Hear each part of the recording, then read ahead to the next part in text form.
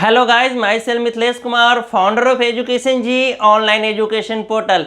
जैसा कि आपको पता है कि बिहार का जो एमबीबीएस का काउंसलिंग है वो चल रहा है।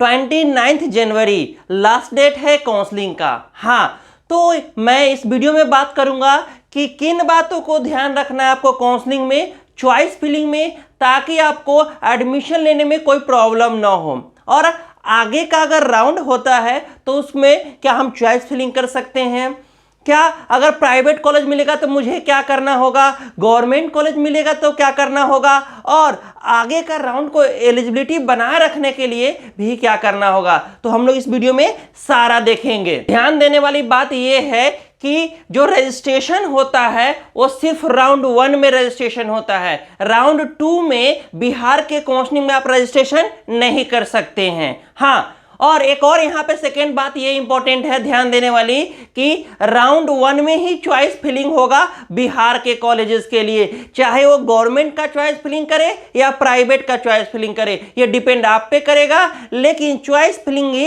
एक बार ही कर सकते हैं। बिहार में जो एमबीबीएस काउंसलिंग के लिए जो रजिस्ट्रेशन किया गया है वो राउंड 1 में ही किया गया है। राउंड 2 में आप रजिस्ट्रेशन नया नहीं कर सकते हैं। हाँ, और जो चॉइस फिलिंग आपने किया है, चाहे वो गवर्नमेंट के लिए किया है या प्राइवेट कॉलेजेस के लिए किया है, वो सिर्फ एक बार ही कर सकते हैं। राउंड 2 में आप रजिस्ट्रेशन या चॉइस फिलिंग फिर से नहीं कर सकते हैं। हाँ, नेक्स्ट बात ये है कि जो चॉइस फिल अभी आप करेंगे यही आप राउंड 2 में ही रह जाएगा, सिर्फ अलॉटमेंट आएगा। क्लियर है? मतलब जो राउंड 1 में अलॉटमेंट आएगा उसके बाद राउंड 2 में आएगा। आप राउंड 2 में कुछ एडिटिंग या कुछ अपडेशन नहीं कर सकते हैं। अगर राउंड 1 में आपने कोई चॉइस फिलिंग नहीं किया, सिर्फ रजिस्ट्रेशन कर लिया और चॉइस फिलिंग किसी भी कॉलेज का नहीं किया, चाहे वो गवर्नमेंट का हो या प्राइवेट का हो, तो आप अगले राउंड में एलिजिबल एडमिशन के लिए नहीं है।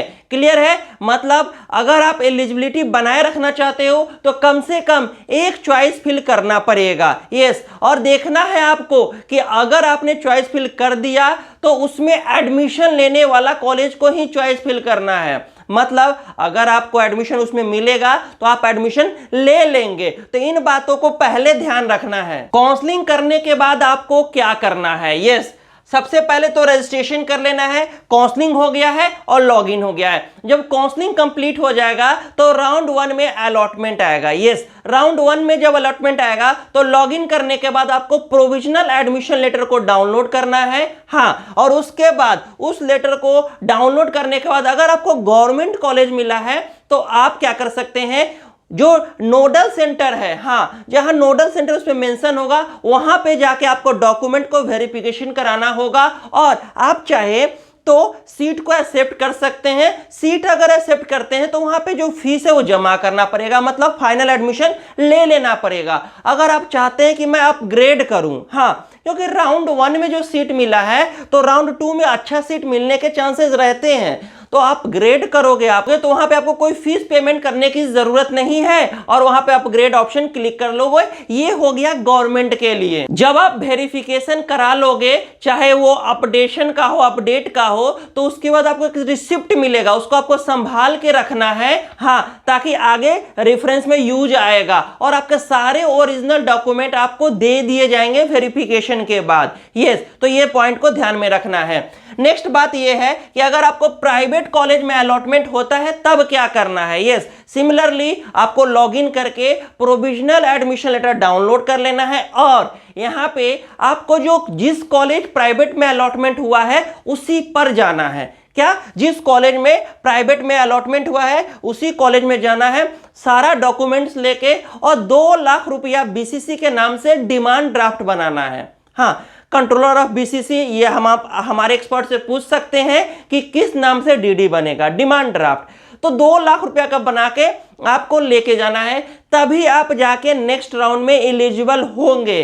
अगर आपने डाउनलोड नहीं किया अलॉटमेंट लेटर और वेरिफिकेशन के लिए आप नहीं गए तो आप नेक्स्ट राउंड में एलिजिबल नहीं है। और जब तक आप 2 लाख रुपया नहीं जमा करेंगे तब तक भी आप एलिजिबल नहीं है। अब देखते हैं कि राउंड 2 में क्या होता है। यस, राउंड 2 में जब राउंड 1 का एडमिशन हो जाता है तो सीट मैट्रिक्स रिलीज कर दिया जाता है वैकेंसी का, वैकेंट सीट का, गवर्नमेंट प्लस प्राइवेट में। क्लियर है। उसके बाद उसके अकॉर्डिंग फिर अलॉटमेंट आती है। जैसे कि अभी तक डेट है वो 10 फरवरी तक है, लेकिन ये एक्सटेंड होने के चांसेज है बिहार का।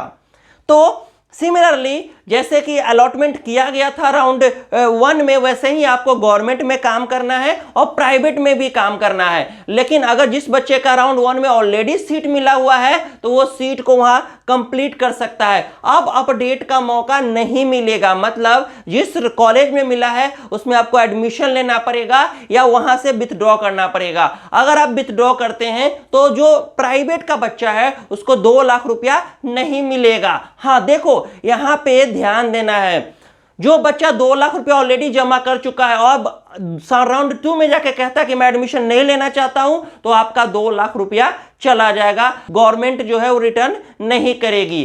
तो आपने अगर अपडेट का ऑप्शन डाला है, अगर अपडेट होता है तो आपको वो सीट लेना पड़ेगा। क्लियर है। ये हो गया राउंड 2 का कंडीशन। यहां कुछ ध्यान देने वाली इंपॉर्टेंट बात यह है कि चॉइस फिलिंग आप इस तरह से करें कि अगर आपको एडमिशन अलॉटमेंट मिलता है तो आप उसमें एडमिशन ले ले। ऐसा नहीं है कि हम जो मन में नहीं है, जो कॉलेज आपके बजट में नहीं है प्राइवेट में, वो भी कॉलेज को चॉइस फिल कर दिए और बाद में बोलेंगे कि मुझे एडमिशन नहीं लेना है। तो ऐसा ना करें, जो आपको पसंद का कॉलेज है उसी में चॉइस फिल करे। ये सबसे इंपॉर्टेंट बात यहां पे है। लोग क्या करते हैं कि ट्राई करते हैं कि अगर नहीं मिला तो ये ले लेंगे, नहीं मिला तो वो ले लेंगे, फिर इसमें गड़बड़ हो जाता है। फिर बजट देखते नहीं है, फीस देखते नहीं है और फीस चॉइस फिलिंग सिंपलरली कर देते हैं। सारे कॉलेजेस का, लगभग कॉलेजेस का मैंने फी स्ट्रक्चर बताया है। अब जो बचा हुआ 1-2 कॉलेज का मैं वो भी बता दूंगा आपको। फी स्ट्रक्चर जाने बिना कॉलेज का चॉइस फिलिंग नहीं करना है, और इसका बॉन्ड कितना रुपया का है, इसमें और क्या कंडीशन इंटरनल, ये भी जान सकते हैं। आप हमारे एक्सपर्ट से भी बात कर सकते हैं। अभी कुछ समय बाकी है, ये कर ले, ये आपके लिए फायदेमंद होगी। ये जो सारे नियम है ये 2020 का है। ऐसे ही अपडेट आ जाएगा, हम लोग आपको वीडियोस के थ्रू अपडेट कर देंगे। ऐसा मान के चलना है कि सारे काम सिमिलर ही होंगे। तो मैं पहले से आपको अपडेट कर दिया हूं कि ये सब चीजें आपको करना है और ध्यान में भी रखना है। क्लियर है। मॉपअप राउंड में क्या होता है वो भी देख लेते हैं। मॉपअप राउंड आपको एक नया रजिस्ट्रेशन करने का मौका मिलेगा। वैसे स्टूडेंट का जिन्होंने पहले से रजिस्ट्रेशन कर रखा है वो भी खत्म हो जाएगा, जिन्होंने नहीं किया है वो भी कर सकते हैं। ये एक अच्छी बात है बिहार के लिए। हाँ, और सिमिलरली अपना चॉइस फिलिंग वगैरह करके आपको एडमिशन मिलेगा। मॉपअप राउंड का जो एडमिशन होता है वो ऑफलाइन होता है, मतलब आपको बिहार का आयुष भवन है वहां पे जाके आपको रिपोर्टिंग करना होगा, वहीं पे सीट मैट्रिक्स दिखाया जाएगा, उसके आपके रैंक के अकॉर्डिंग एडमिशन मिलेगा। ये मिलेगा मॉपअप राउंड में। क्लियर है। और अगर सीट बचती है मॉपअप राउंड में तो जाके stay vacancy round Bihar conduct कराती है। हाँ, तो यह मॉपअप राउंड के लिए आपको कोई ऑनलाइन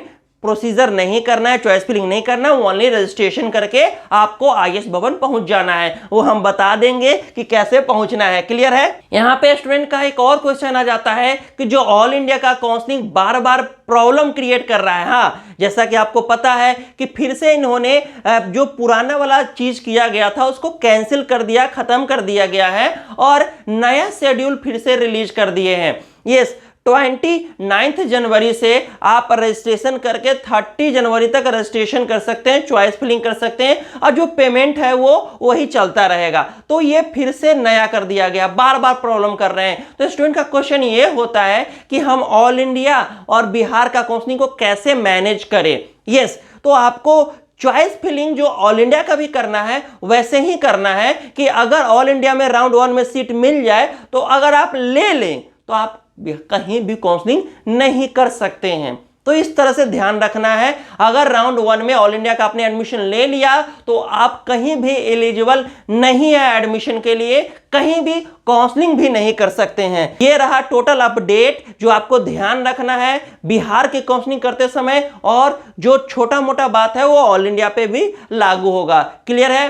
होप सो कि वीडियोज अच्छे लग रहे हैं। आप कमेंट करके बताइए कि आपको क्या प्रॉब्लम है, हमारे एक्सपर्ट आपको सजेशन देंगे। और हमारे सोशल मीडियाज को भी आप फॉलो कर ले ताकि हम आपको रेगुलर अपडेट वहां से भी पहुंचा सके। मिलते हैं अगले वीडियो में। Bye, take care, see you again.